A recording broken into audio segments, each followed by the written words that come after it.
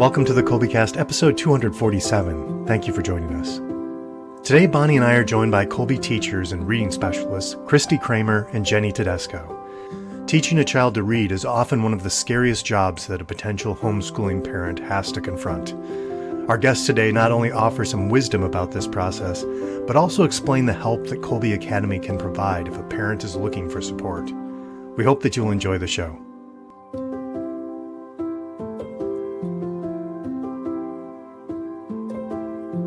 Hi there, I'm Bonnie, Kolbe homeschooling mom of 4 lads and lasses, liturgical musician, popcorn, and podcast fanatic. And this is Stephen, homeschooling father of 5 and chief homeschooling officer for Kolbe Academy.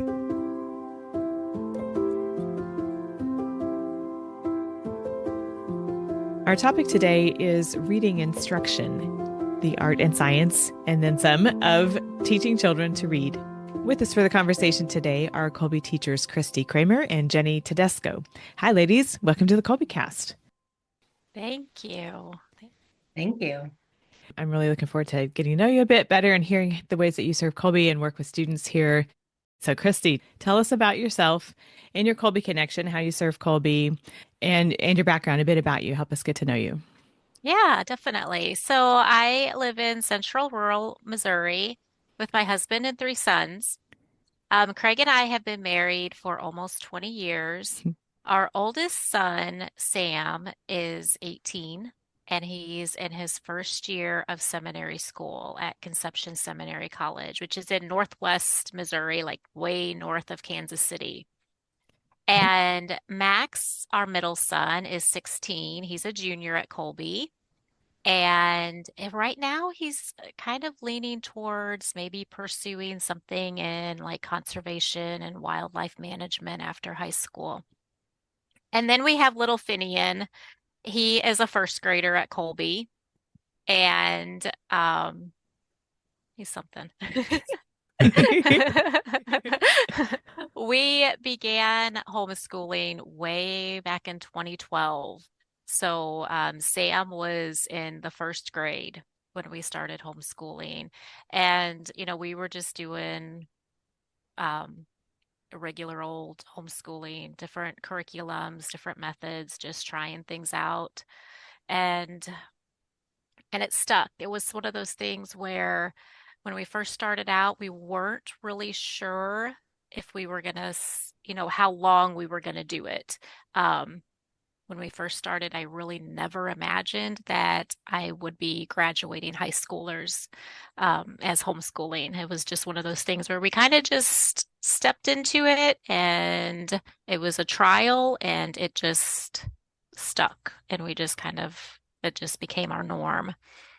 Okay. For my education, I have a master's degree in education.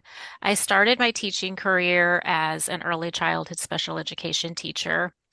And I've taught everything from 3-year-olds to first grade, second grade. Okay. And both in like regular classroom and special education. And then about 5 years ago, I really started diving into how our brains work and some of the best strategies and methods and all of that good stuff for teaching reading. I completed a 60-hour practicum and some coursework in the science of reading, and I started providing some private tutoring and built my professional development profile in those areas of reading instruction. And this is just my 2nd year at Kolbe, and I've been in the special services department as a resource teacher since I began. So Kolbe's student support services encompass a wide range of offerings. We will include a link to that page on the Kolbe website in our show notes. All right, Jenny, tell us about you and your background and your Kolbe connection and all that sort of stuff. Yeah, absolutely. So I currently live in the state of Washington with my husband of 11 years, and we have 3 beautiful children. Our oldest is in 5th grade, and she is 10 years old. My son is in 3rd grade, and he is 8 years old. And then my youngest is 7-year-old, And she is in first grade, and she actually attends Kolbe Academy. This is her second year doing Kolbe Academy. My other two, I do homeschool them as well, but I just do it myself because they really struggle. They have some learning challenges, and I just need to provide them a little bit more detailed curriculum that kind of fits their individual needs. Um, this is my fifth year teaching here at Kolbe Academy. I started when they piloted the K to 5 program, and I randomly saw Kolbe actually on Facebook. I saw them live. They came up on my feed, and I saw that they were hiring, and I was just making a big move. Both my husband and I grew up in California, Southern California, and we were making a big move to Washington. So I was looking for a new job.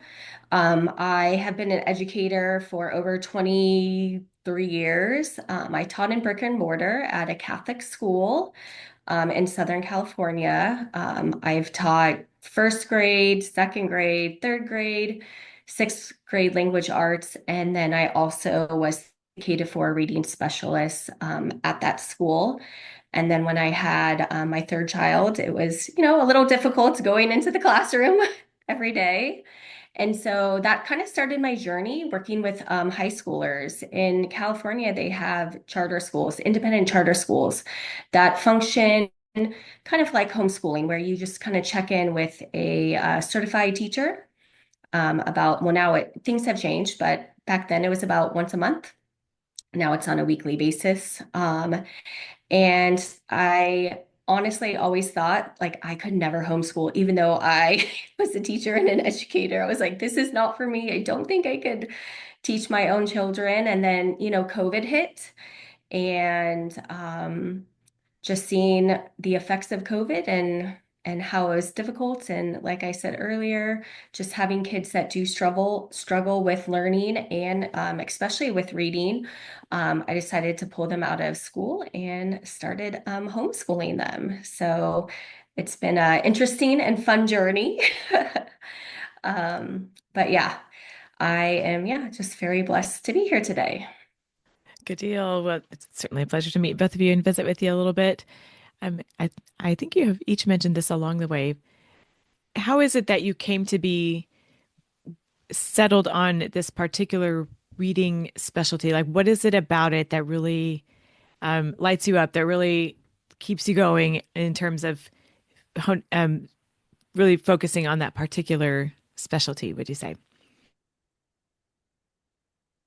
Yeah, interesting. That have never been asked that before. I think for me, it was I just saw a general need of kids that were struggling with reading. And so it interested me when I would look at kids and see, well, why is that kid so good at reading? Why does it seem like they just get it naturally? Like, what is it about that? And then why does this kid struggle so much? Why do they need so much more? Like, what's the difference? What causes that? And so for me, it was really just noticing just this need that kids had, that they really needed some extra help. Okay. So I started off teaching first grade in my education journey. And kind of like Kristi said, it is very interesting to see how there are some kids where reading seemed very natural for them. And then there's some kids that it took a long time. What I would call, when I was sitting with parents, is for that light bulb moment to go off. And so, kind of the same thing. I was wondering the why and what are the best reading strategies out there to teach those kids who have difficulty reading. And like Kristi, I went on and I got my master's in curriculum and instruction. And then in California, they also had a California reading certificate that I added onto my master's degree. And so really just learning, how to teach reading properly. Because I was teaching first grade, and first grade was really when, students are learning to read. And so that kind of is why I went on to pursue further development in my education career, was to basically to become a better teacher. Okay. Well, we hear lots of good things. You're doing lots of good work with our Kolbe students. So bringing all that together in the work that you're doing these days, are there any basic tenets or starting points that when you're getting to know a new student and kind of helping them, sort of getting to know them and figuring out where they need to be and helping them learn to read? Where do you like to start there? So normally well, first I'll just listen to them read. But if it's more of like a formal reading, we'll normally give like a formal reading assessment. And so things that I'm looking for are kind of the big components. There's like five main components to reading. And the first one is phonemic awareness. And so that has to do with like rhyming. Are they able to do like wordplay? So like if I say bat, okay, say bat again, but take off the b sound in the beginning. So are they able to manipulate sounds? And the reason why we really look for this is because that is a precursor to learning to read and for their phonics development. If kids technically, if they struggle with their phonemic awareness skills, then that's kind of a little indication to me that they're probably going to be having difficulty decoding and reading fluently. So I'll normally do, it could be like super informal assessments. And then I'd really look for their decoding skills. Are they able to look at words? Are they able to sound them out? Are they able to blend them together and then say the words correctly? And if they're not, then we need to make sure that their word attack skills are good. Like, do they know all their letters? Do they know all their sounds? And then looking at word walls. That's another big thing that we're looking at. I kind of brought this little thing. I like to use these with my with kids, where they can really manipulate all the different consonants and vowels, and can they, spell the word as well on top of reading the word and manipulate sounds. So those are kind of the things, and reading fluently. Some students are really great at decoding. So I've tutored many students in the past, and they're really great decoding. However, they're really slow at reading fluently. So it's just very laborious, where it's, we want that like nice rhythm when you are reading. You don't want it to sound choppy or like a robot. You want them to be able to nicely flow when they read. And so we're really looking at those skills. And then there's like vocabulary development and comprehension that play into it. But in the beginning, I'm really looking at those phonemic awareness and phonics skills. Okay. What about you, Kristi? How do you like to get started, or do you have any basic and like kind of basic principles that you operate from? Right. Yeah. So when I'm starting with a new tutoring student, I could just say ditto to Jenny's answer, but because that was basically it. But yeah, we look at phonemic awareness. So are they able to blend sounds orally? So if I said like at, would they hear that that's mat? Are they able to segment sounds? So if I said the word, could they pull the sounds out of it? So if I gave them the word dog, can they say og and pull just the individual sounds out? So both the oral blending and oral segmenting are precursors to reading and spelling. The second would be phonics. So I would look at all of the different, depending on the age that the child was, I would run just single words by them and see what they were able to read at the word level. So like those consonant, vowel, consonant words for our little kinders and first graders, and then going up into words that had blends, long vowels, multisyllabic words, and that would really help me to see if there were any gaps in their phonics skills. that we would need to go back and readdress that. And then also having them read some fluency passages and checking for comprehension while they were reading. So looking at reading accurately and reading with expression and smoothness. You want them kind of reading like they're having a conversation. Like Jenny said, you don't want them reading like a robot.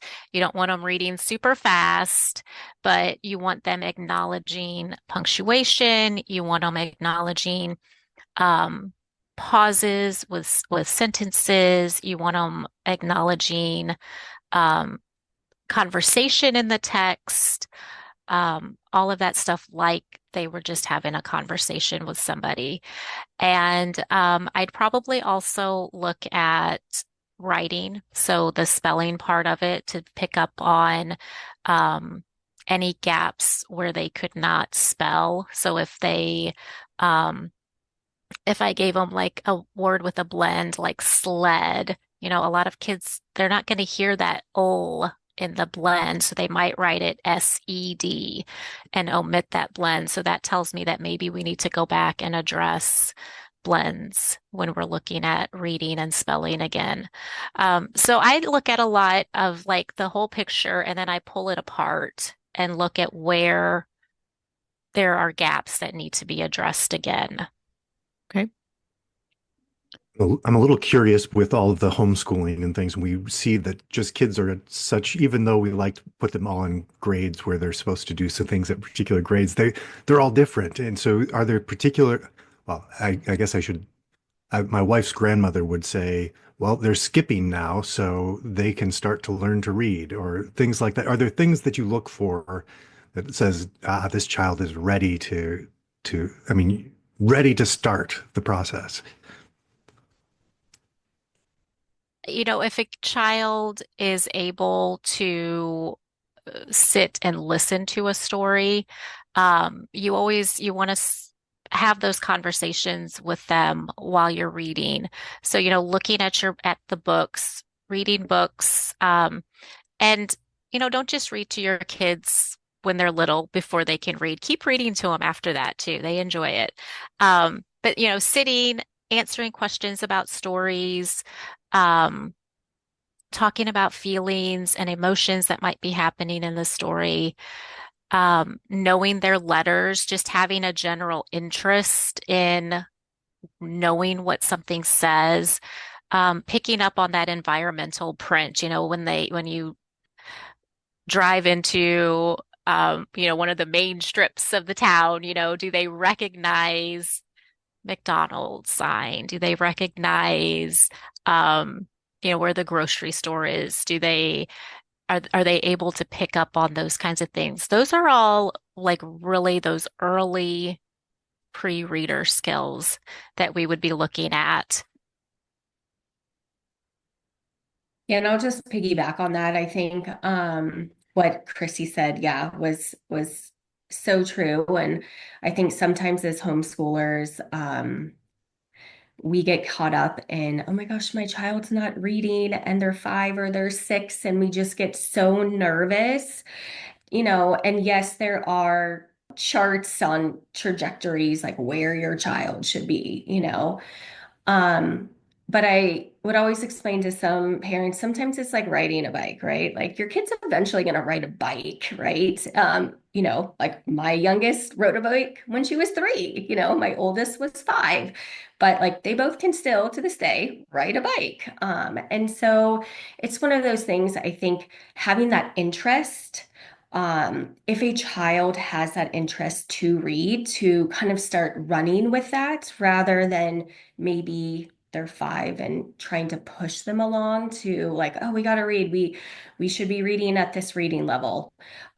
Yes, it's important, but I think it's just also important to remind parents that it's okay if, your child may not be where you might expect them to be as homeschoolers. I think that's the beauty of homeschooling, is that you can take that time, or the children can take their time as to like, when they are ready to learn. And do they have that interest? Do they want to sit down? Do they want, as Christy was saying, do they want to read a book? Are they recognizing, oh, hey, mom, like what does that sign say? Or, my youngest daughter would just start like, oh, that's a B, that's an A, that's a T. Okay, does that say bat? And so she's asking me, questions. And then that lets me know, okay, I might be able to jump in now and I might be able to like start pushing her a little bit more with her reading development because she's interest. So I think them having the interest, it goes a long way, I would say. Certainly some are well, I wasn't teaching reading, so I can't, but my experience with various children were like some, especially maybe a first child, where we're pushing a little bit more and there's, I remember coming in tears at some point, but then with some of the other ones, you kind of realize, oh, well, they're a little slower getting to the reading point. Then all of a sudden, it's like they're reading Yeah. everything. You can't tell you can't tell the difference any longer between one who started younger, one that started later. They're all chugging along just like they've been doing it all is for the same amount of time. Mhm. Yeah, I agree. I think in education, there's kind of like a little rule of thumb. If, by third grade, if a student is struggling in reading, like they've not yet kind of quote unquote caught up to their peers, is when you would probably want to start looking at some interventions. I mean, obviously, intervention is key. And that's why Christy and I are here. Like we're tutors, where, if a parent notices, hey, my child's kind of falling behind, but yeah, you could have, like, I would have so many students come into first grade and they would be reading like chapter books, and then by third grade, their peers are also reading chapter books, like those same chapter books. And so, like, I remember one parent came to me and was like, oh, my daughter was in the highest kindergarten reading group and now you moved her to like the middle group. Like, what happened? And I'm like, well, her peers are, catching up. Like she was just an early reader and now her peers are starting to catch up. So, like we're starting to, have a little even playing field. And so, yeah, I agree, Stephen. It's just, sometimes you'll see kids pick it up earlier and sometimes, it may take a little bit longer. That leads us right into where I wanted to go next, and that is how do we tell the difference between that sort of natural variation and everyone on their own sort of timeline and picking up the reading skills, along with so many other things in that period of childhood, right? So, how do we tell the difference between they're going to get it, and it's just not they're not quite there yet, but they're going to, and some intervention might be warranted here. There some more support is needed, or it's time to check into some other things or see what might be hindering that growth there. What are some of the signs of that? I would say first, it really depends on the age of the child, um, and how much exposure to reading that they've already had. I think that plays a big part into it. If you're just starting and the child is only, 5 or 6, if they're not picking up on it right away, it's just because they haven't been exposed to it enough. Like Jenny said, the third grade rule, third grade, fourth grade, if they've been exposed to everything and they're just really, really still struggling, they aren't carrying, like if you teach them at the word level and they're not able to carry that over into actual like reading a passage, that would be a concern for me. Um, if they're not understanding what they read, if they're not able to talk about it after they read a passage, that would be a concern also. Um, you know, Learning to read, it's not a natural process. Learning to speak is natural. That's our brains. Learning to read requires so many different parts of our brains to work together. So obviously, because of that, you can expect kids to develop at different rates. Yeah, I think if you notice, like trouble blending sounds, right, to form words, or spelling can also, as Chrissy had kind of mentioned earlier, writing SED instead of SLED for sled, slow reading, lack of fluency. Letter reversals can be one, like as they get older, kindergarten, first and second letter reversals can be okay, but as they progress third and above, if they're, still letter reversaling B and D, that will let me know, okay, there might be something more going on with this child. Difficulty, even those basic skills. Like I know some third graders like who have a difficult time rhyming, so that lets me know, okay, they never picked up those phonemic awareness skills again, which we need in order to read. And so those are kind of the big things that, yeah, I look for in reading, or, I teach third grade, so I get a lot of those kids transitioning from what we call learning to read to reading to learn. So in third grade, we are now switching. We should know how to read, and we're now using our reading skills to learn information in a textbook. So if your child is coming, with a textbook in third grade and above, and they're unable to read that textbook themselves, then that would be a good indication that you would, probably need some sort of intervention, reading intervention, so that that gap of reading does not continue to grow. Yeah, and I'll just add, a child learning to read should not show frustration. Um, you should be able to see some regular progress. It might not be leaps and bounds, but it should be some type of progress over time. And they should also be able to decrease the dependence on the adult, the parent, the teacher, and increase their independence in reading. A struggling child will continue to make the same errors. And they'll be inconsistent in their learning. Their reading will be inconsistent. One day they might read like a breeze, and then the next day having them read that same sentence is going to be a real struggle. And that tells me that the skill hasn't been mastered yet. So it still needs to be worked on more. The same errors, making letter sound mistakes, like if they would read the fat cat as the fap cat instead, they're mixing up those letter sounds. That tells me, like what Jenny had said, that maybe some phonemic awareness, some phonics skills haven't completely developed yet there too. Okay.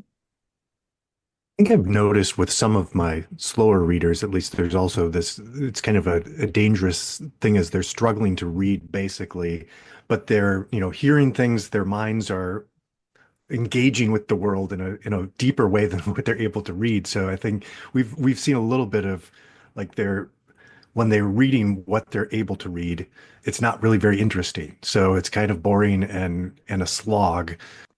So we try to find things that are more interesting at a basic level then, but I could see just when I think about that, it's like, well, yeah, if I'm not engaged in a book, it takes me forever to read, when I could read well. So I'm sure that happens to a lot of struggling readers, but it doesn't help to progress then. It's just a frustration.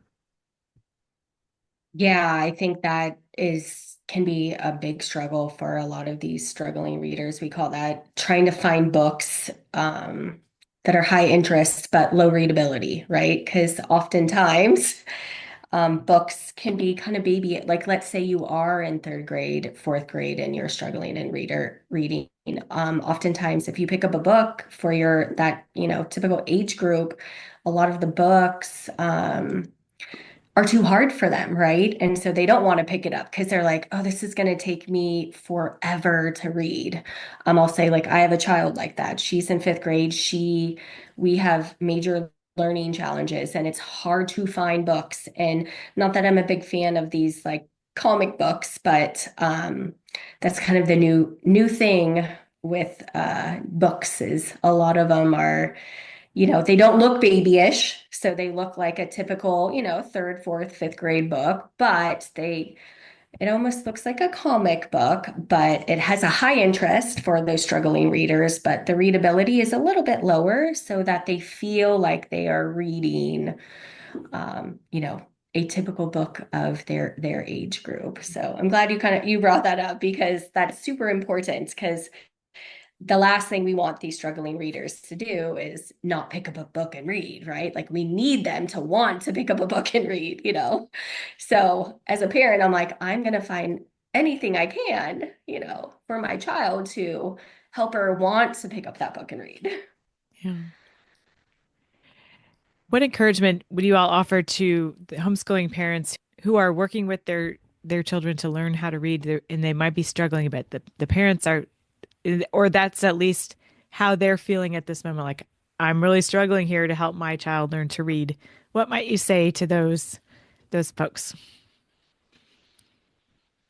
Well, actually, I just contacted Kristi, even though I am very capable of teaching, right? Like I have a master's and I teach reading. I'm a reading specialist, but I say that sometimes, even if you feel like you are an expert in an area, or I have the expertise, it is hard to teach your kids to read. It is hard to teach them something that is hard, right? Like it is not something that comes natural for my daughter to read. And so I reached out to Kristi because I'm like, I want to take that burden off of myself.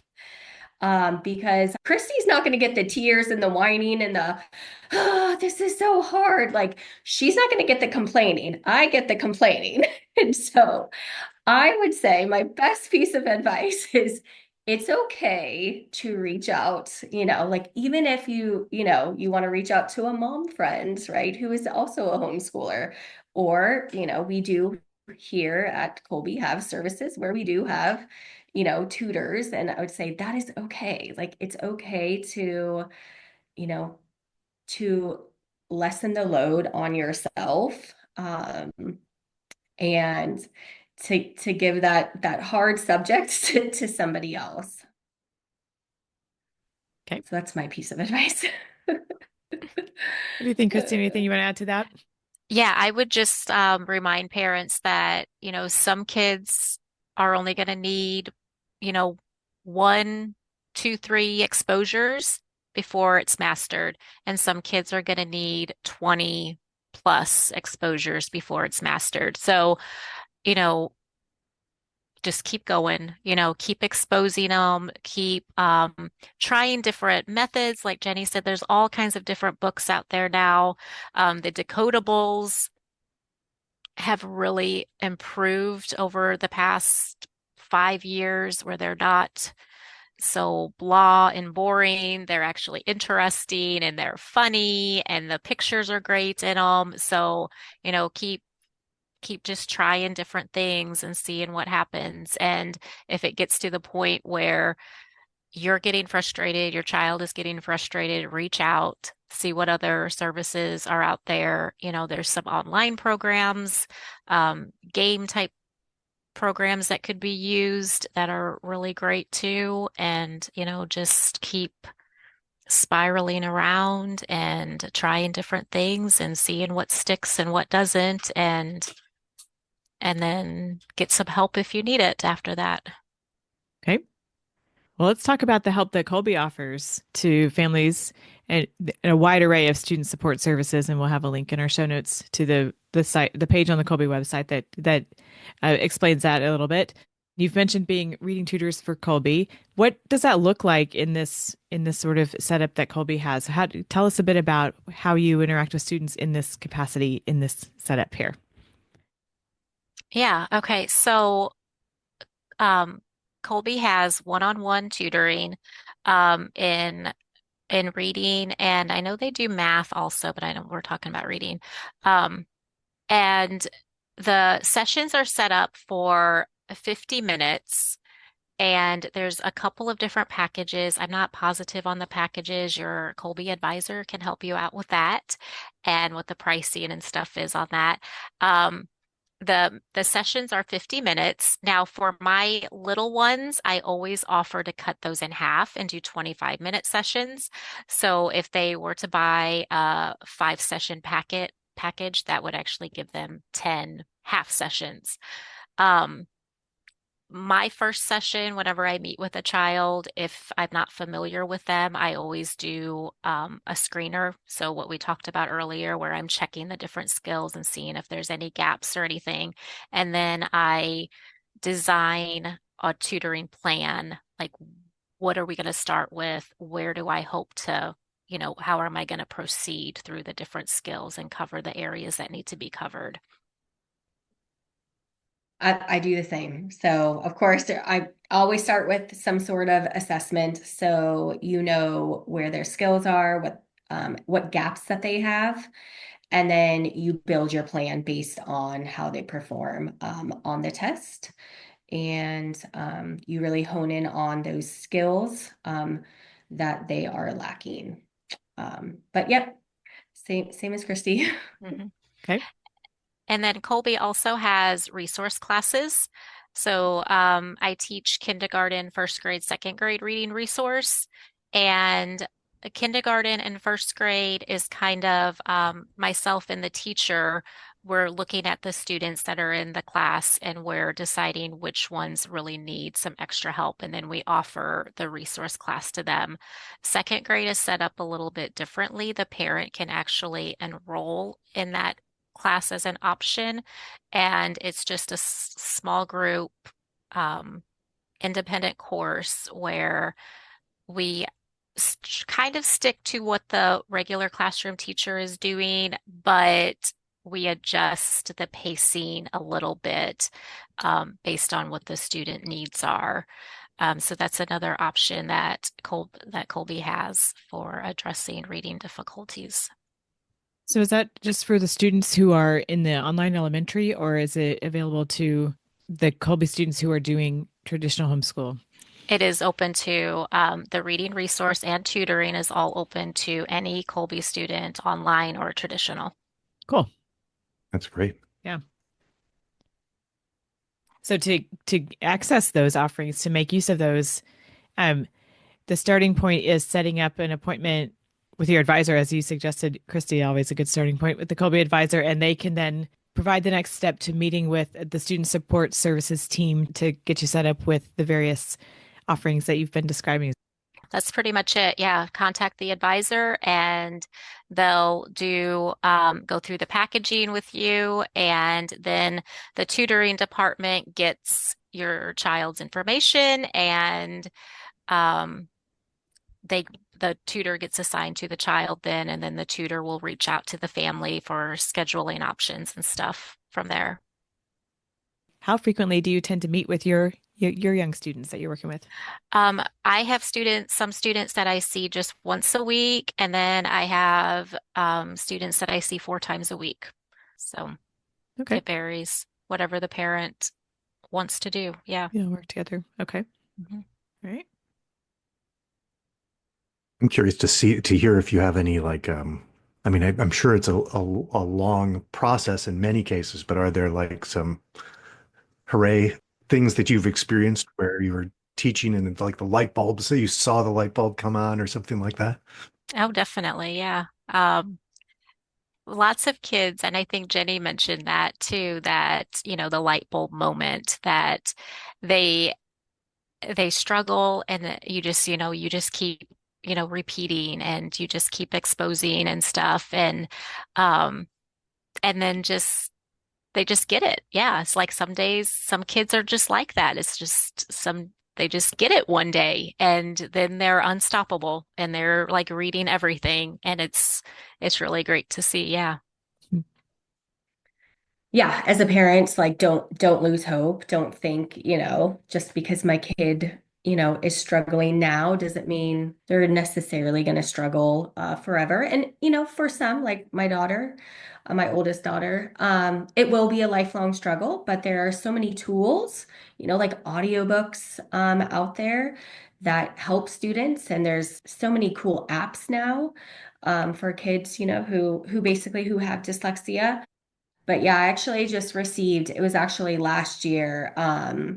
So I think I'd mentioned that I taught at a Catholic school in California, and I tutored a lot after school in reading. And I had this student, for a few years or a couple years.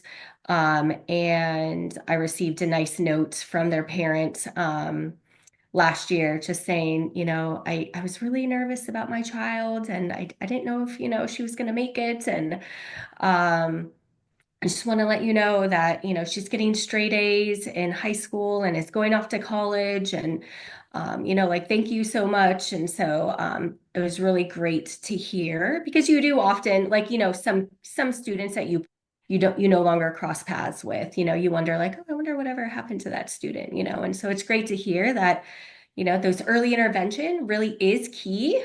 And these students are able to be successful in later in life. So it just is a little hurdle that, they just have to get through. We all have struggles in our lives. We all have crosses to bear, and this was just a little cross that maybe this student had to bear when they were younger. So just super encouraging to see how you can make a difference in a student's life. Yeah, that was neat. You're the Simon of Cyrene there, helping them carry it. Neat. Yeah. I love that Kolbe has people like yourselves to help because I know that this learning to read is one of the main, well, it's one of the biggest stress points I hear about with a homeschooling parent or a new homeschooling parent is like, oh, I don't know how to do this and I don't know what even to look for and I'm going to mess my child up. And so it's nice to know that, hey, reach out if you've got concerns and get some help, get it like you were saying, Jenny, another set of eyes on it, even if you feel pretty confident. I just love that that's available to all of our families. That's wonderful. Do y'all have any other tried and true resources that you like to suggest to folks or that have worked well for you?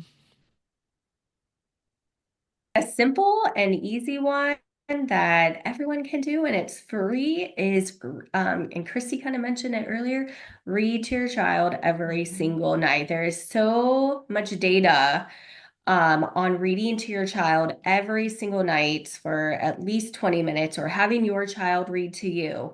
And if it's a book that's difficult, it's, you read a page, they read a page, you read a page, they read a page. But there's just so much research that shows um, that really just taking that time and effort to read with them or have them, you read to them or they read to you, really shows that students do improve not only their reading but their vocabulary and their comprehension skills, which are also important, components of reading. I know we've been mainly talking a lot about like decoding skills and phonics skills, but those are also important skills. And so I would say that is an easy and free resource. And I know sometimes as parents, especially homeschooling parents, at night I am so tired.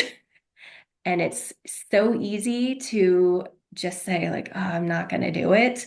Or sometimes I just pawn it off on my husband and I say, hey, you get to read with them tonight because I need a break. So use those resources at, your fingertips that you have that are, yeah, like I said, that are free. Yeah. And just piggybacking off of that, parents, when you're reading aloud to your kids, you're modeling good reading.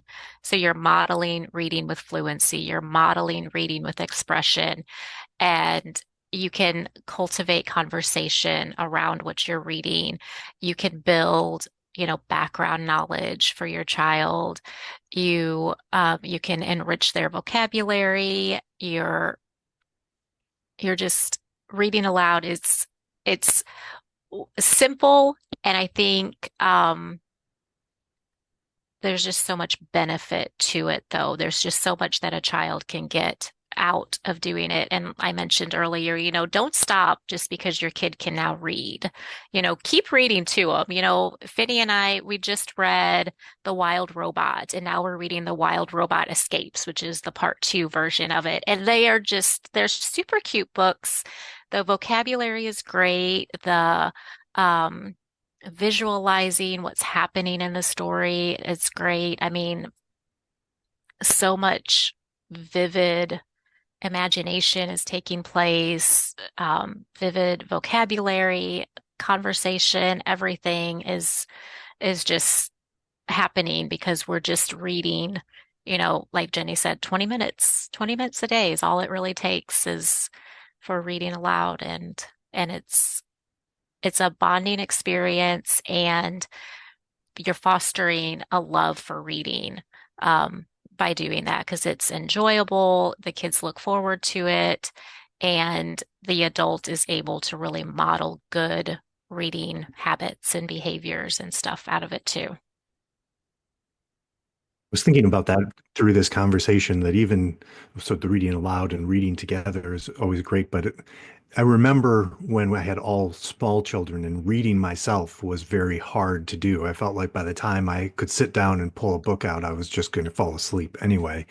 But as they've gotten older, I've had more time to read, and I just think, oh, that's something I can do. I can model that this shouldn't ever end.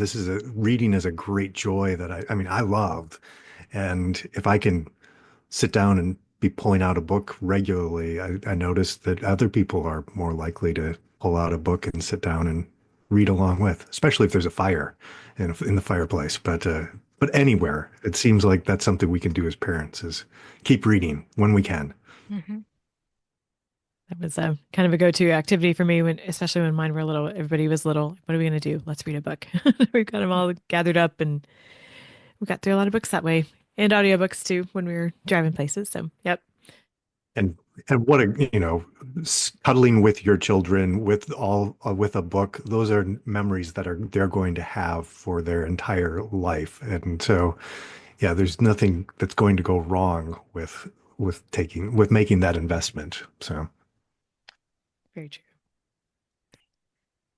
I do think the teaching a child to read is probably ranks right up there with math and science as the like, whoa, I could never homeschool because I couldn't teach my child to read, or I wouldn't know how to teach math, or I wouldn't know how to do science, or how do we do that? So I think it's been a great help to our listeners, and it's been a real joy visiting with you, Kristi and Jenny. Thank you so much for all you're doing for Kolbe, and we appreciate you coming to visit with us today, and we hope you come back sometime soon. Thanks. It's been great. Yes, thank you. As always, the show notes for this episode will have links to things that came up during the course of our conversation today, related KolbeCast episodes, links, as I mentioned, to sections of the Kolbe website, like the Student Support Services. So head there for more information on all that. subscribe to the KolbeCast on your favorite podcast app so that you don't miss an episode. And let us know how we're doing by leaving a rating or a review. And as always, feel free to email us at podcast@kolbe.org. Mary, our Mother, pray for us. St. Maximilian Kolbe, St. Ignatius of Loyola, Holy Saints and Angels, pray for us. Ad Maiorem Dei Gloriam.